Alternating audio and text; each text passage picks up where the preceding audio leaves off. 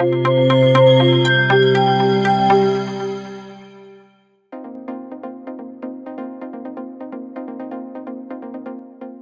ini, ramai aduan sekelompok nasabah yang mengaku merasa dirugikan dengan praktek mixing produk asuransi unit-link dari 3 perusahaan asuransi, yakni asuransi Prudensial, asuransi Aksa Mandiri, dan asuransi Aiya. Kelompok yang beranggotakan 350 orang lebih nasabah tersebut menamakan diri sebagai komunitas korban asuransi unit-link yang dikoordinatori oleh Maria Trihartati, usia 46 tahun.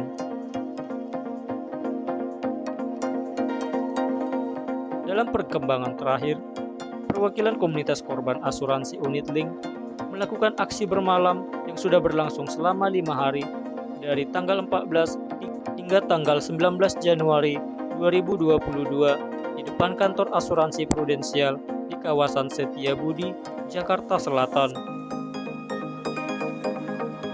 Selain itu, para nasabah juga sempat bermalam di kantor asuransi Aksa Mandiri dan asuransi Aiya.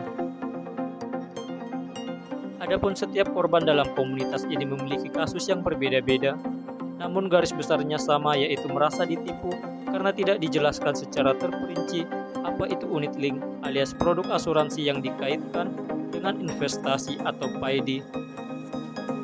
Menurut Maria, para nasabah merasa ditipu oleh pihak asuransi lantaran pihak asuransi menjual investasi atau tabungan dengan cukup membayar 5 hingga 10 tahun. Kemudian para nasabah dapat mengambil uangnya kembali sepenuhnya beserta dengan bunganya. Namun, menurut Maria, pihak asuransi tidak menjelaskan semua biaya-biaya dan risiko-risikonya dan ternyata harus membayar seumur hidup. Kini para nasabah telah mengadukan masalah ini ke berbagai instansi terkait seperti Otoritas Jasa Keuangan atau OJK dan telah ditangani oleh Ombudsman, DPR, dan Bareskrim Polri.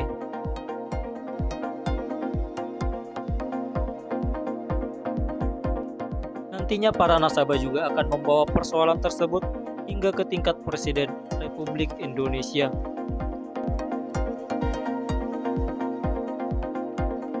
Oke, jadi saya Bu Maria Trihartati, koordinator korban asuransi Aiya, Aksa Mandiri, dan Prudensial. Jadi kronologisnya ini dari seluruh Indonesia adalah bahwa asuransi dijual investasi atau tabungan, cukup bayar 10 tahun atau 7 tahun, uang akan kembali 5 tahun juga. 5 tahun juga. 5 tahun juga, ada yang juga 5 tahun. Nah, uang akan kembali penuh bahkan dengan berbunganya.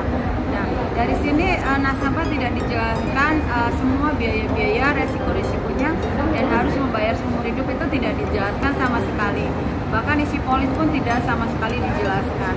Mereka menjelaskan dengan ilustrasi yang sangat besar bunganya. Nah, kemudian kami sudah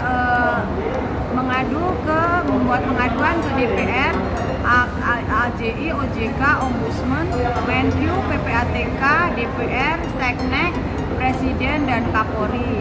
Saat ini kami sudah ditangani oleh Ombudsman, Bareskrim, dan DPR.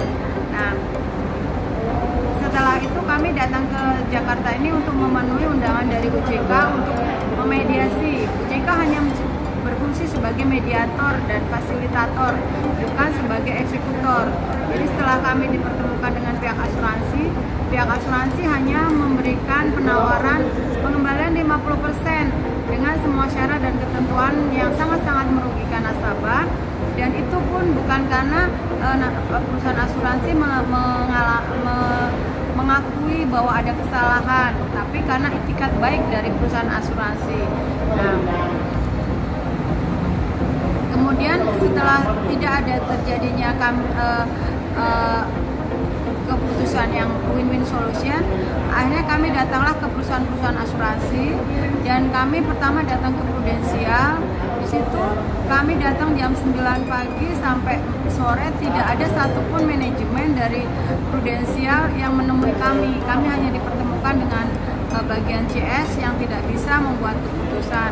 Jadi kami sampai bertahan di dalam gedung. Kemudian pada saat kami akan membuat surat pemberitahuan ke Polsek Setiabudi, kami keluar dan membeli juga peralatan untuk kewanitaan. Akhirnya kami tidak bisa masuk ke dalam gedung dan kami membuat tenda di luar pagar gedung. Jadi kami bertahan sampai 5 malam di Prudensial. Sampai detik itu juga tidak ada penyelesaian untuk kami. Mereka akan selesaikan case by case dan kami disuruh ke LAPS. Nah, yang saya koordinator itu semua nasabah-nasabah dari seluruh Indonesia. Mereka mengirimkan berkas ke saya, lalu saya tanda tangan dan saya kirim ulang kembali ke perusahaan-perusahaan asuransi. Nah, itu sekitar 350-an dari 3 asuransi ini. Nah, kalau sekarang kami datang dari daerah-daerah untuk membuktikan bahwa mereka bilang semua menunggu keputusan dari pusat. Saat ini kami sudah di sini pun kami tidak mendapatkan kepastian. Jadi kami hanya dipingpong sana sini. Jadi kalau memang polis asuransi semua harus ke pusat, untuk apa polis asuransi ini dijual ke daerah-daerah? Jual aja polis asuransi ini hanya di Jakarta gitu. Jadi untuk selanjutnya kami akan ke Ombudsman, ke Bapak Kapolri dan DPR, dan terakhir kami akan ke Bapak Presiden. Gitu, Bapak. Terima kasih.